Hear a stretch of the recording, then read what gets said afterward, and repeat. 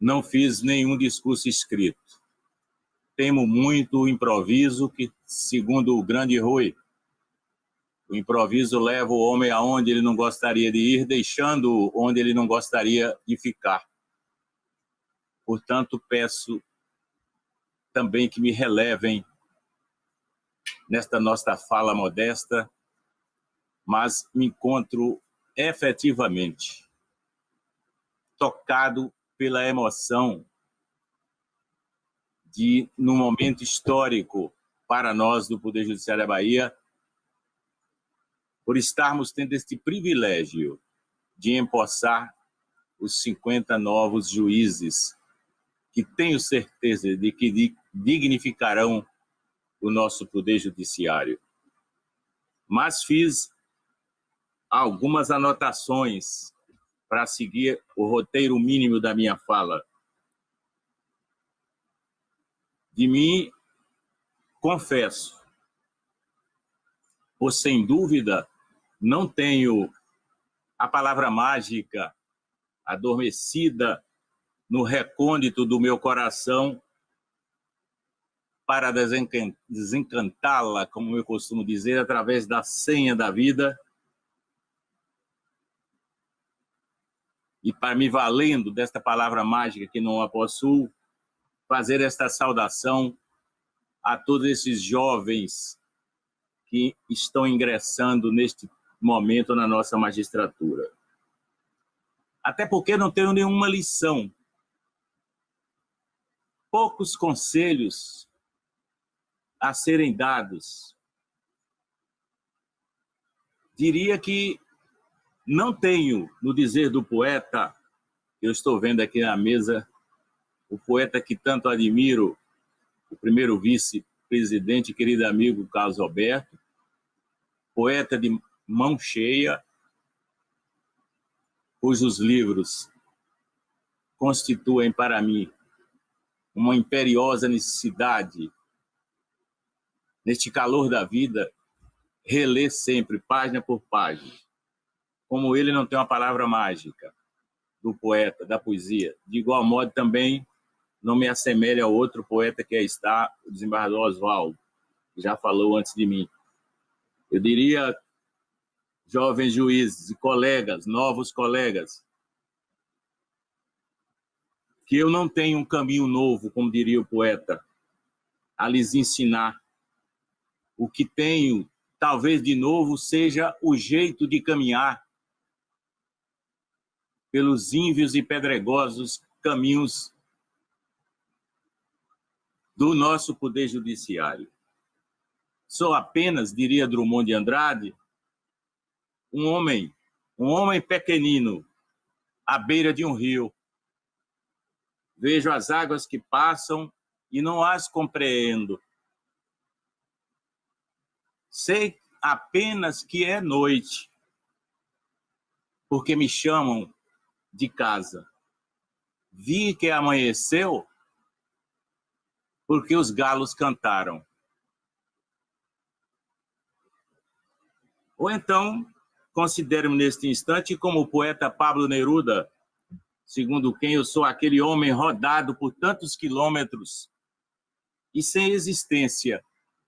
Sou pedra em um rio que não tem nome no mapa.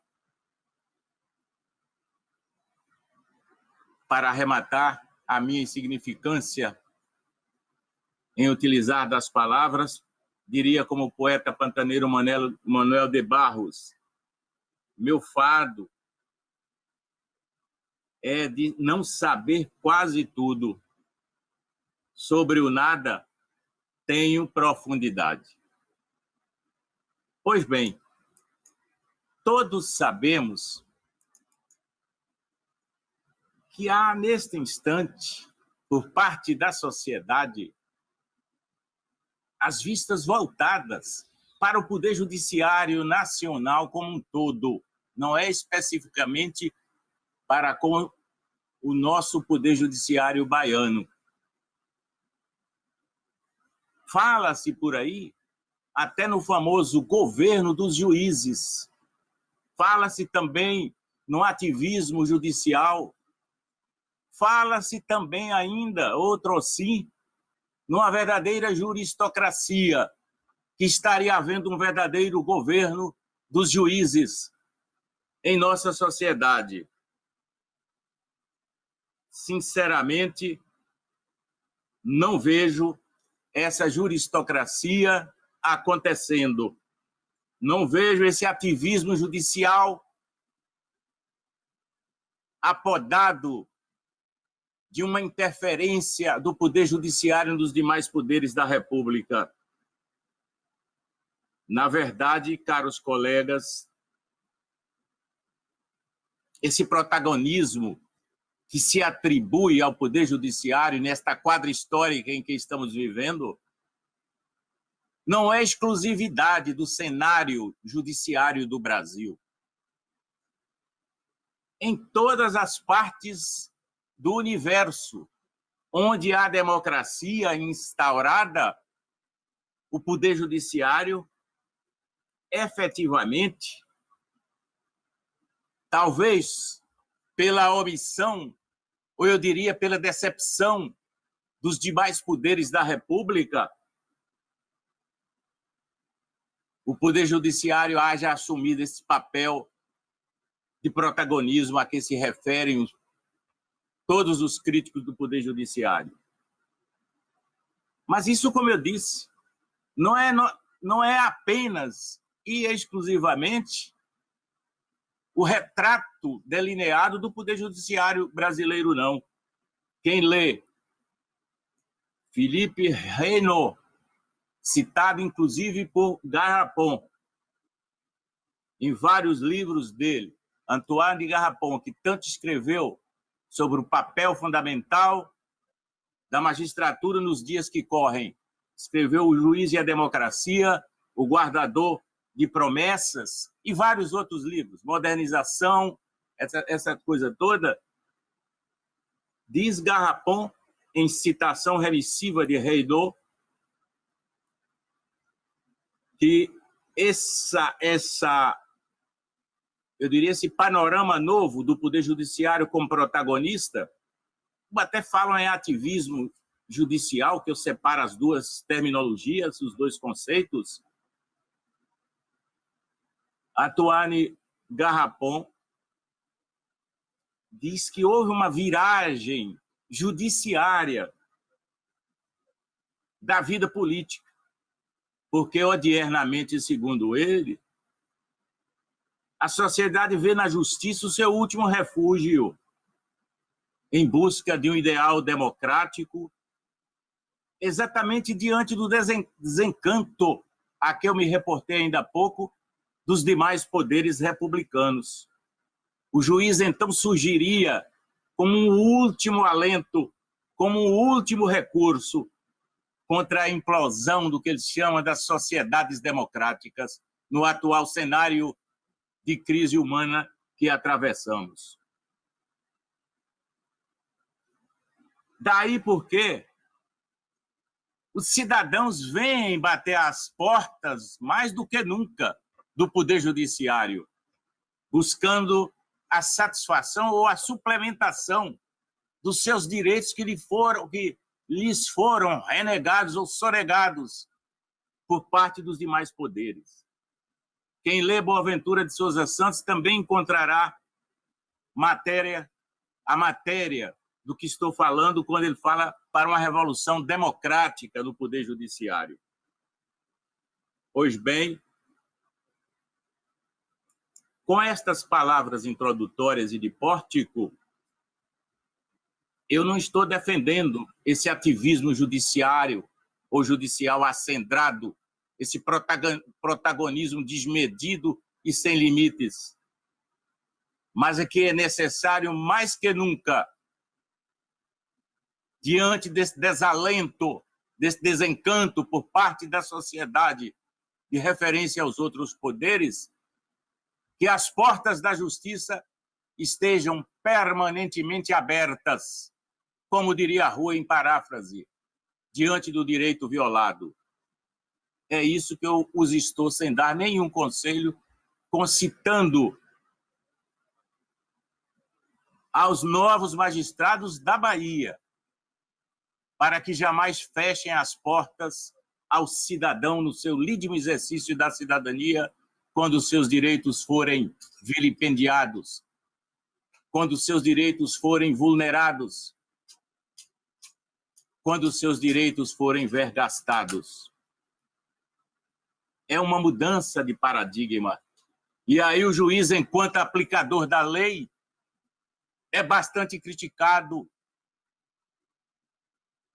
porque muitos têm uma visão, eu diria, estereotipada, e uma visão, sobretudo, preconceituosa, talvez uma visão do que é a figura do juiz naquele positivismo kelseniano, ou mesmo desde Montesquieu, como ele dizia que o juiz é a boca da lei, la bouche de la loi. As coisas mudaram, as sociedades se transformaram, os anseios por um judiciário que aplique, fazendo, eu diria, uma mensuração entre a lei, o direito e a justiça, que apliquem, ao final, a justiça, porque não se concebe que um juiz, em nome de um positivismo ultrapassado, arcaico, jurássico, da era do Paleolítico, um juiz aplica a lei. Se a lei for injusta, ele deve aplicar a lei injusta ou buscar, através de uma hermenêutica que não seja caolha, como eu digo sempre, buscar, em nome da principiologia de que ele dispõe em nossos ordenamentos jurídicos, ele deve buscar afastar o texto legal injusto e fazer um juízo de ponderação entre os litigantes no processo, para aplicar a mais lídima justiça ansiada por quem é parte. É assim que eu delineio, é desta forma que eu vejo a figura do novo juiz. E não aceito ser apodado, às vezes falam, garantista, juiz ativista, esta coisa toda, ou que o valha, como é uma constante no cotidiano nosso, ouvirmos serem taxados determinados juízes de ativistas, de judicializante de uma política, sem buscar o verdadeiro sentido da magistratura, sem buscar o verdadeiro papel do juiz, quando se depara com um fato concreto.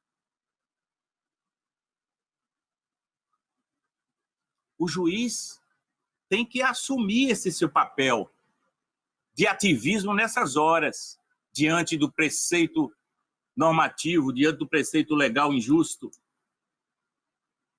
Fazer o juízo de ponderação, fazer uma avaliação entre o texto legal e o direito e a justiça. Só assim é que eu acho que a figura do magistrado verdadeiramente presta um serviço à nossa democracia como um todo. Mas, apesar desse desalento que nos atinge, que nos afeta nos dias atuais, nos dias que correm, nós temos que mandar embora esse pessimismo. Nós temos que fazer um expurgo ou uma catarse interior deste fenômeno demoníaco que é o pessimismo. Vou repetir pela enésima vez o que disse um dos maiores cineastas de todos os tempos, o nosso Glauber Rocha. O pessimismo é a filosofia dos mortos prematuros. Glauber estava certo. Nós que continuamos sobreviventes, ainda que o mar esteja à deriva, ainda que haja uma verdadeira convulsão na sociedade, sacudida para lá e para cá por pandemia e outras coisas, nós temos que não perder o otimismo. Como eu dizia aqui outro dia, já sendo repetitivo, citando um dos maiores, e os novos juízes poderão conhecer o que escreveu Luiz Alberto Vará, esse argentino que tanto nos alegrou com a vivência aqui em solo brasileiro durante muitos anos, em Santa Catarina e no Rio Grande do Sul. Vará dizia ao operador do direito, muitos não querem essa expressão de operador do direito, eu prefiro ficar com ela. Dizem que foi uma importação do direito alemão, traduziram mal para o idioma português, para o idioma culto de que fala sempre Carlos Alberto, que é um expert no assunto, de que esta palavra foi mal traduzida, que ela estava lá no alemão como sendo trabalhador. Mas os juízes para a democracia, tempos atrás, cunharam essa expressão de operador jurídico, operador do direito, e agora já estão falando até em atores jurídicos. Pois bem, eu admoesto, faço apenas uma ligeira advertência. Não é nenhum conselho. Nós temos que ser atores jurídicos ou trabalhadores jurídicos comprometidos com a democracia, com o direito constitucionalizado, ainda que nos acoimem, ainda que nos atribuam a pecha nas mais das vezes maldosa e até ignominiosa de ativismo judicial. Mas não temos que ter medo. Não temos que ser pessimistas, porque Luiz Alberto Vará, de quem eu ia falar e no improviso me desviou um pouco, dizia que devemos sempre fugir do senso comum teórico. Eu diria de alguns operadores do direito que têm essa visão ainda paleolítica, passadista, de como deve ser encarado o direito. Não necessariamente o direito posto, mas o direito interpretado com a hermenêutica libertária. Vará dizia que eu pertenço a uma geração que se recusa a fazer o luto das nossas utopias. Tenho certeza de que esses novos juízes pertencem a essa geração resiliente, resistente, que se recusa a fazer o luto das suas utopias, dos seus sonhos, das suas esperanças. Recobre cada um dentro de si isso que não pode ausentar-se do coração humano, que é a capacidade de sonhar, que é ter utopia, ainda quando ela se perde no horizonte, quando ela se afasta de nós, nós temos que persegui-la sempre, pertinazmente, com denodo, com entusiasmo, esse Deus interior, que já dizia Louis Pasteur, esse Deus interior que move a juventude. É esse entusiasmo pelo direito, pela justiça, que eu quero augurar, desejar a cada um de vocês, ou de vossas excelências. O tratamento agora é litúrgico, mas o improviso, mais uma vez, desviou a minha conduta. Pois bem, o verdadeiro juiz, o verdadeiro exegeta, ele está voltado sempre, sem se descurar das causas populares, dos anseios da sociedade, dos direitos fundamentais que são reclamados a todo instante, àquela porta que jamais se fechou para o direito violado, para entregar a sua prestação jurisdicional da melhor forma possível, conotada da verdadeira justiça. Até porque, caros colegas, o genial Carlos Drummond de Andrade, ao se referir num dos seus poemas, ele dizia que as leis não bastam, os lírios não brotam da lei. É verdade. Se os lírios, parafraseando Se os lírios brotam, eles brotam do direito e da justiça.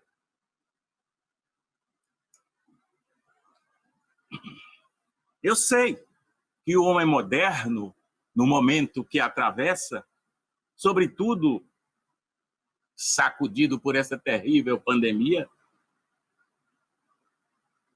está perdendo muito da esperança, está perdendo muito da utopia, do sonho, da capacidade de sonhar.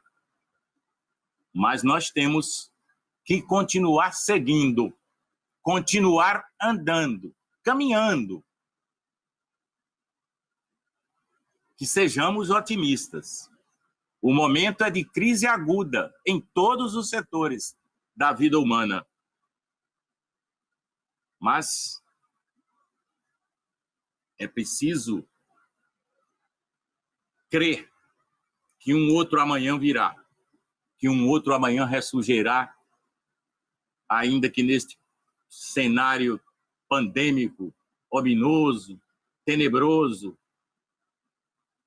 E cultivem esta fé nesse direito insurgente, nesse direito que irradia do texto normativo para ser aplicado dentro dos limites justos, do que é justo, do que é ético e do que é, eu diria, do que é equânime.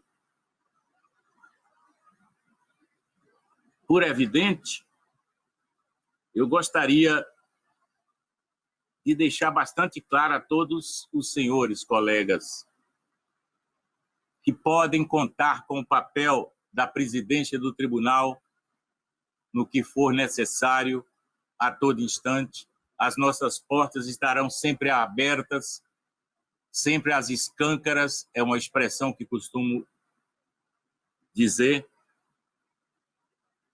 para que os anseios dos juízes novos, vocacionados, tenham certeza, naquela acepção de vocação distintiva de profissão, de que falava Rubem Alves a respeito dos políticos. Mas mutatis mutandis, voltando ao que disse o pensamento de Rubem Alves para a magistratura, eu lhes diria que eu também penso como ele. Separo como se fora o joio do trigo. O juiz verdadeiramente vocacionado, do juiz movido exclusivamente pelo emprego, não vou dizer por outras coisas, pela profissão, não é bem assim. O homem vocacionado para algo recebe aquele chamado interior. Daí a expressão oriunda do latim, vocare. Ele recebe esse chamamento interior vindo do coração para que exerça a sua profissão de uma forma amorosa, afetiva. É um casamento de amor-vocação. É preciso que haja esse casamento indissolúvel de amor-vocação pelo que se faz. Eu diria assim, é mais um dos conselhos, já que não tenho para dar, terminei dando. De referência à formação, vejam bem que atualmente, mais do que nunca, não se limitem a esse direito posto à reprodução mera dos acórdãos, repetidamente colando, às vezes, acórdãos impertinentes com a causa. Quantas vezes eu me deparo, e não tenho nada contra a jurisprudência, mas é preciso ter temperamento, é preciso ter senso de discernimento. Se aquela jurisprudência já não está envelhecida pelo tempo, não se encontra carcomida pelo passar dos anos, se aquela jurisprudência tem pertinência temática, senão os novos operadores do direito enquanto os juízes não passarão de meros reprodutores de uma ordem legal injusta. E a Helene Streck, eu chamo esse gênio do saber, de uma genialidade incrível, diz que nós agora estamos vivendo uma cultura standard por parte dos operadores do direito. E diz, com a ironia que lhe é fina, aquela ironia que aconselhava lá em tempos de antanho o Anatole France, que a verdadeira ironia era sublime, não feria ninguém. Que há aqueles que pretendem ser irônicos, mas, na verdade, são iracundos, raivosos, que desejam apenas atingir o próximo. Para mim, a verdadeira ironia é aquela descrita por Anatole France, que vou poupar aqui a leitura do texto dele. Mas Lênio dizia que não há mais segredos perante o direito. Com meia hora de Google, constrói-se um gênio. A maior parte da produção doutrinária, segundo Lênio, com aspas e sem aspas, coloca-se como caudatária das decisões judiciais tribunalícias. Ele diz que temos que redefinir o papel da doutrina. É preciso até criar agora, eu diria, uma cadeira de jurisprudência nas escolas, porque parece que a doutrina soa ostensiva de uma forma desairosa perante os operadores do direito, perante os atores judiciais. Eles se limitam única e exclusivamente a cortar, colar. Não vou em nenhuma crítica. Quantas vezes eu me deparo com um texto, com uma sentença impertinente sobre esses aspectos? É porque o tribunal tal, não sei aonde, tal lugar, decidiu assim. Sinceramente, é um conselho que eu dou. Acho que a doutrina continua sendo fundamental. Sei que os precedentes, ultimamente, ganharam foros de alta relevância no mundo jurídico, notadamente no brasileiro, principalmente após o advento do Código de Processo Civil 2015. Mas não continuem, não fiquem jamais genuflexos, ajoelhados, como se a jurisprudência fizesse parte de um templo sacral, diante do qual todos devemos estar submissos e ajoelhados. Recuso a cultivar, eu pessoalmente, aquilo que eu chamo, citando o Spínola Filho, essa obediência de amoco à tirania dos julgados. Porque quem julga bem não se submete a essa tirania de amoco, aliás, a essa tirania aos julgados. É preciso, nesta hora, ter sensibilidade humanística. Julgar é assim. Quem julga bem tem essa sensibilidade. Imaginem vossas excelências que vão para aqueles recantos distantes da Bahia, tão grande, vão ter contato direto com o povo ou com o povaréu. Os juízes têm que ter essa sensibilidade de ouvir, de saber com quem está lidando, abrir as portas do judiciário sem reserva, não entrar em rota de colisão, criar um clima de beligerância com os advogados. Sabemos todos quanto essencial é o advogado na administração da justiça. É preciso que se movam desse espírito, eu diria, de companheirismo, no outorgar a melhor tutela jurisdicional para quem é parte.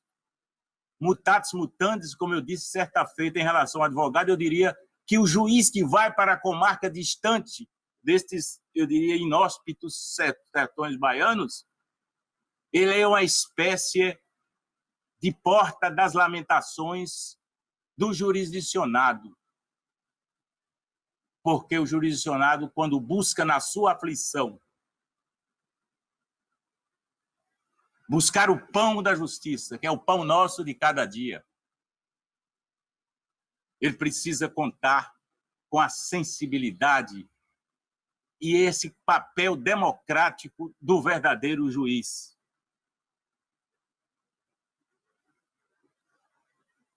Eu diria, colegas, aqui me lembrando, inclusive, de César Asfor Rocha, num livreto dele bem pequenininho, Cartas a um Jovem Juiz, que cada processo hospeda uma vida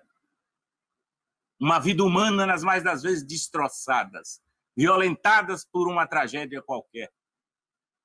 Daí porque o juiz tem que ter essa sensibilidade no ato de julgar. Sentença, etimologicamente, advém do latim sentire, sentir. Há que sentir. Dizer, o juiz é imparcial. Sim, o juiz há que ser imparcial. A imparcialidade é um princípio constitucional. Mas o juiz não pode ser neutro, não confundir neutralidade judicial com imparcialidade judicial. O juiz tem emoções, tem seus afetos. O juiz vive em sociedade. Ele tem que auscultar o caderno de dores, que, via de regra, é um processo. E eu diria que, principalmente, quem vai para a área criminal. O processo criminal é um caderno de dores, de sofrimentos, de tragédias que ali silenciaram-se nos depoimentos, na prova. Se não tivermos sensibilidade, não seremos jamais bons julgadores. Dizer que, em nome de um tecnicismo jurídico acendrado, arcaico, demodé, o juiz é a boca da lei, isso é absurdo. Labouche de Lalois ficou lá para Montesquieu. É coisa de um passado bastante já remoto. O juiz moderno é diferente. O juiz democrata, o juiz comprometido com a Constituição, tem que buscar a aplicabilidade da lei à espécie que está sob controversão, com os olhos fixos no direito e o olhar que jamais pode ser obnubilado ou asfixiado por outros fatores, o olhar fixo na justiça. Colegas, eu estava vendo Asfor Rocha nesse livro Juiz, e ele, ao final, ele endereçou uma carta aos juízes, que eu achei interessante. Ele disse que nesta última carta, ele fez a um juiz, queria desejar àquele juiz que fosse bem-vindo. Então eu digo, sejam bem-vindos à magistratura e que todos encontrem na magistratura o exercício tido como uma das mais nobres profissões, que todos encontrem todas as razões para a felicidade pessoal e a realização dos seus ideais, contribuindo para fazer a mais lídima justiça acontecer. Sei que a magistratura lhes reserva a todos, a nossa magistratura da Bahia, não estou sendo otimista, exagerado, extrapolado, lhes reserva os melhores dias das suas vidas pessoais. Reserva, sim. Os colegas haverão de encontrar o que procuram, eu diria, esse espírito irrequieto da juventude. Mas é um espírito irrequieto e realizador. Os senhores estão trazendo esse compromisso de realização à justiça verdadeira. Por isso, melhores dias, dias mais tranquilos e mais felizes, praz aos céus que estejam reservados a vossas excelências, que estão hoje aqui nesta solenidade de posse para juízes do nosso tribunal. Não queiram ser o vingador da sociedade, é um equívoco. Esse punitivismo exagerado, como se o juiz fosse o policial, movido de uma fúria, de uma sanha perversa de vingança. Não queiram ser assim. Ainda que o nosso sistema judiciário e a própria opinião pública pensem desta forma, Vossas Excelências não são acusadores. Vossas Excelências são julgadores imparciais, não são carrasco das partes, não são algozes, não são capitães do mato. Eu sei que podem até me taxar de sonhador, mas eu estou sonhando com essa magistratura da Bahia há muito tempo. Tenho certeza de que Vossas Excelências honrarão as funções na magistratura para preservar o nosso sistema de liberdades, das nossas garantias constitucionais, que esse será o resultado final, e eu diria até acalentador, por parte de Vossas Excelências. O juiz é um intelectual, segundo as palavras de Astor Rocha, que trabalha, eu diria que lida, que labuta diuturnamente com o sentimento. Daí a razão de que a sentença é um sentir.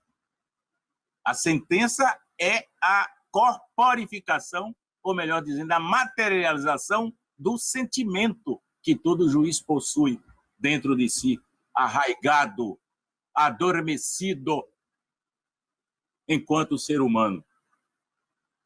Outra coisa, segundo Astor Rocha, não se afobem nunca, jamais. Não se precipitem, não se enfureçam, não se regozijem nunca com a sanção, nem se alegrem com a perseguição, não se ufanem do poder, já que o juiz tem muito poder na Carta da nossa República, e era a tradição do nosso judiciário. Ao contrário, sejam prudentes, estejam comprometidos apenas com a justiça. Sejam, antes de tudo, humildes e simples. Esse autoritarismo sem parelhas, que o juiz parece colocar-se num pedestal, como se fosse um demiurgo, uma divindade, não fica bem para a figura do magistrado da atualidade, do magistrado moderno, comprometido com a sua Constituição. O juiz é um ser humano qualquer, sujeito às mesmas desventuras, até mesmo aos mesmos desamores do homem comum. Então, é um também dos conselhos. Tenham humildade no trato com o jurisdicionado. Nunca se jactem de uma forma ufanosa, vaidosa, do poder que tem de condenar. Nunca alegrem seus corações com o rigorismo das suas sentenças, das suas decisões. Esses são os modestos conselhos que eu estou repassando para os nossos queridos colegas. Outra coisa, colegas, está aqui na carta de Astor Rocha de outra forma. Não se deixem contaminar pela maledicência, essa praga perigosa e daninha que faz do murmúrio, segundo ele, o seu veículo. Ele chama a maledicência de serpente insidiosa que se arrasta em silêncio e que vai mordendo as suas vítimas, envenenando seus espíritos. É preciso ter cautela contra a maledicência que circundam em determinados ambientes. E eu faria uma derradeira ponderação aos colegas, dizendo que é inerente a todos os juízes e agora aos senhores que tanto vão dignificar a nossa magistratura. É inerente, é preciso ser inerente, é preciso lhes seja peculiar uma das maiores qualidades da temperança. É por demais fundamental cultivar a temperância enquanto juiz.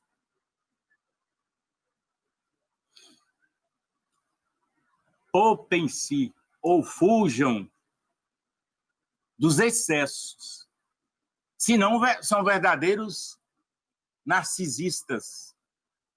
E Caetano Veloso já dizia, e em nome, como diria Caetano Veloso, Narciso acha feio tudo que não é espelho. O juiz começa a achar tudo feio, aquilo que não espelha o que ele imagina, quando ele não é prudente, quando ele não é humilde. É um verdadeiro narcisista. Mas ingressaram na mais bela das profissões. Eu sou um entusiasmado de referência à magistratura. E nossa magistratura, como um todo, é muito boa. Precisamos fazer ouvidos mocos a certo vozeio que vem da multidão aí do povo, ao vozerio envenenado que apedreja a magistratura nesses momentos sombrios. São juízes sérios, em sua maioria honrados, comprometidos com o propósito de bem julgar, de bem repartir o pão da justiça. Enfim, queridos colegas, peço e desejo a todos os senhores que procurem descortinar o vasto e insondável universo das demandas dos seus semelhantes, como diria aqui o Rocha. Desvendar as fragilidades, os anseios, já que tem nas mãos agora o poder de julgar e decidir sobre os destinos do ser humano, mas procurando sempre, pertinazmente, buscando sempre a melhor justiça. Sejam todos cerimoniosos com a condição humana que é fundamental, em nome da dignidade do ser humano, e serão todos felizes quando começarem os seus julgamentos. Agora, largando esses conselhos um tanto desconchavados, para os quais eu até peço perdão na minha fala improvisada, eu já rumando para acabar com esta longuidão que eu sempre falo dos meus discursos, nós estamos vivendo, e aqui eu estou reproduzindo o que disse outro dia, aquilo que o escritor da era vitoriana lá na Inglaterra, Charles Dickens, dizia, que estamos vivendo o pior dos tempos, a estação das trevas, o inverno do desespero. É verdade. Com esta pandemia que impactou o nosso cotidiano, desde os nossos hábitos mais elementares e individuais, e eu exemplifico quem viria o homem de máscara. O homem, estou aqui com luvas na mão. A escola de nossos filhos, os nossos hábitos mínimos dentro dos nossos lares, todos sofreram impactos diante desta pandemia terrível que avassala nestes tempos sombrios e ominosos a humanidade como um todo, atingindo até as megalópolis, as grandes fábricas, os grandes da economia como um todo sofrer o abalo desta terrível pandemia. Mas nós não podemos perder a esperança. E eu peço espaço para cognominá-los nesta hora de luzeiros da esperança do nosso Poder Judiciário. Passo a tocha da esperança como luzeiros a cada um de vocês, dos senhores e das senhoras, para que possam carregá-la e fazer com que ela ilumine os caminhos dos jurisdicionados, notadamente dos frágeis, dos humildes, dos periféricos da vida, nas comarcas que os aguarda. Não podemos perder. Temos que acreditar na chamada primavera da esperança. E diante deste cenário de pandemia, temos que lembrar ainda do que grafou em sua pena, em sua caneta magistral, Victor Hugo, o romântico francês. Ele dizia textualmente: o inverno cobre a minha cabeça, mas uma eterna primavera vive em meu coração. Quanto otimismo, quanta esperança. Na verdade, nós temos que cultivar reconfortantemente, de uma forma reconfortante, a esperança que deve sempre ser renovada dentro de cada um de nós, na certeza de que haveremos sempre de aprender com o recomeço de cada nova primavera dentro de nós. E quando a primavera chega, é Cecília Meirelles, em sua genialidade, que diz: é hora de abraçarmos as pessoas queridas como abraçamos as demais estações. O momento dos senhores agora é de abraçar as pessoas queridas como se estivessem, ainda que imaginariamente, abraçando essa primavera que anuncia em suas vidas particulares. Sigamos todos em frente. Vão abrir caminhos pedregosos, cheios de tropeços, mas tem que ser otimistas corajosos. Como o poeta fala, não é? Não tenho medo do desafio, aprendi a desafiar o desafio.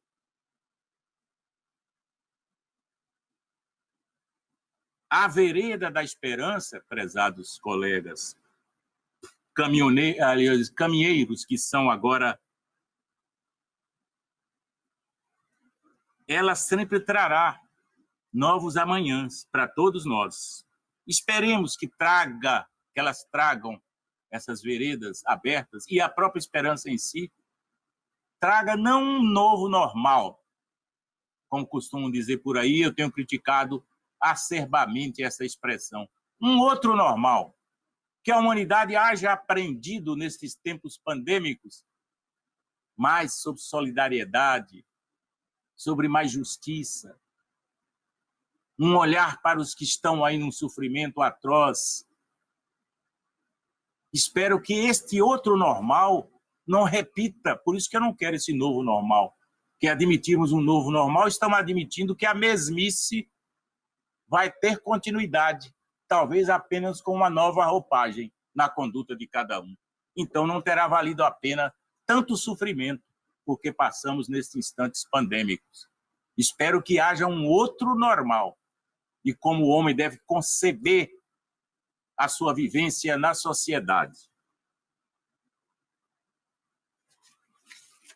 Eu fiquei, inclusive, maravilhado com o que escreveu uma baiana, que é a professora Ivete Amaral, outro dia no Jornal à Tarde, Coragem, União e Esperança. Foi na tarde do dia 13 do 12, no dia 13, transato. Ela disse que a humanidade atravessa uma noite escura sem divisar sinais de aurora. A esperança, que é a virtude da história, que, apesar de acesa, promove dias brilhantes. Ela disse que, naquele instante, não poderia ser apagada. Ela conclui que, se apagada, transformaria o mundo no remorso de erros irreversíveis. É um belo texto da professora Ivete Amaral. E ela conclui o texto dizendo, através de um gesto bastante simples, que há na gruta, ela lembrando do Natal, há na gruta, muito simples, em que dorme uma criança, alentando-nos com esse anúncio: eu sou a esperança e estou com vocês. Pois bem, já que o Natal se avizinha e o Ano Novo se aproxima, ultimo minha longa fala, pedindo perdão por não ter sido breve, com a citação do eminente escritor Arthur da Távola. Ele disse: ser Natal é olhar o céu para obter silêncio, é saber olhar, pacificar, gesticular a esperança e votar na verdade. Ser Natal é acender as próprias luzes sem brilho e ouvir no silêncio a voz do mistério, a proclamar a verdade numa linguagem oculta, com a qual se consiga alcançar sem saber e perceber sem conhecer. Ser Natal é pular o muro ou entrar pela chaminé para dentro de si e lá encontrar a mesma criança com as enormes barbas brancas da sabedoria milenar da espécie. Ser Natal é descobrir que Natal é ser.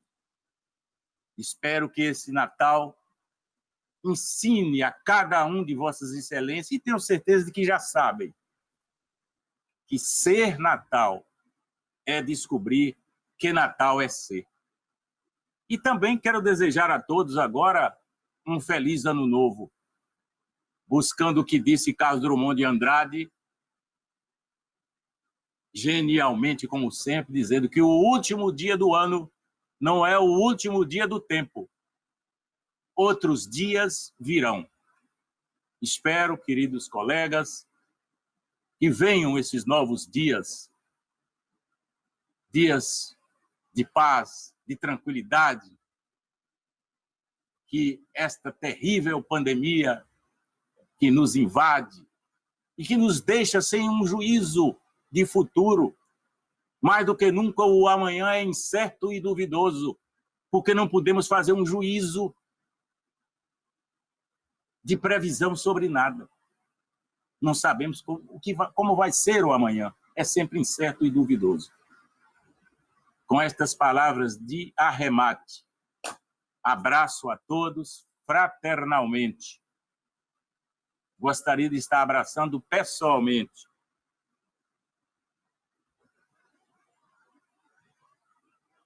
a todos, mas estou abraçando com o mesmo afeto, de uma forma virtual, mas afetiva. Estamos juntos neste novo caminhar que os aguarda. Não tenham medo de caminhar. Chegando diante de uma floresta, se os caminhos se divisarem, lembrem-se do que disse Castaneda em Dom Juan. Possui este caminho um coração? Em caso positivo, este caminho é bom. Em caso negativo, este caminho não pode ser trilhado. Que encontrem sempre, trilhem sempre os caminhos movidos por um coração dentro de cada um de vossas excelências. Dirijo já as últimas palavras aos empossados e agradecendo a participação de todos do painel, cuja saudação eu fiz inicialmente, e internautas que estão acompanhando esta posse, e declaro encerrada esta sessão de posse.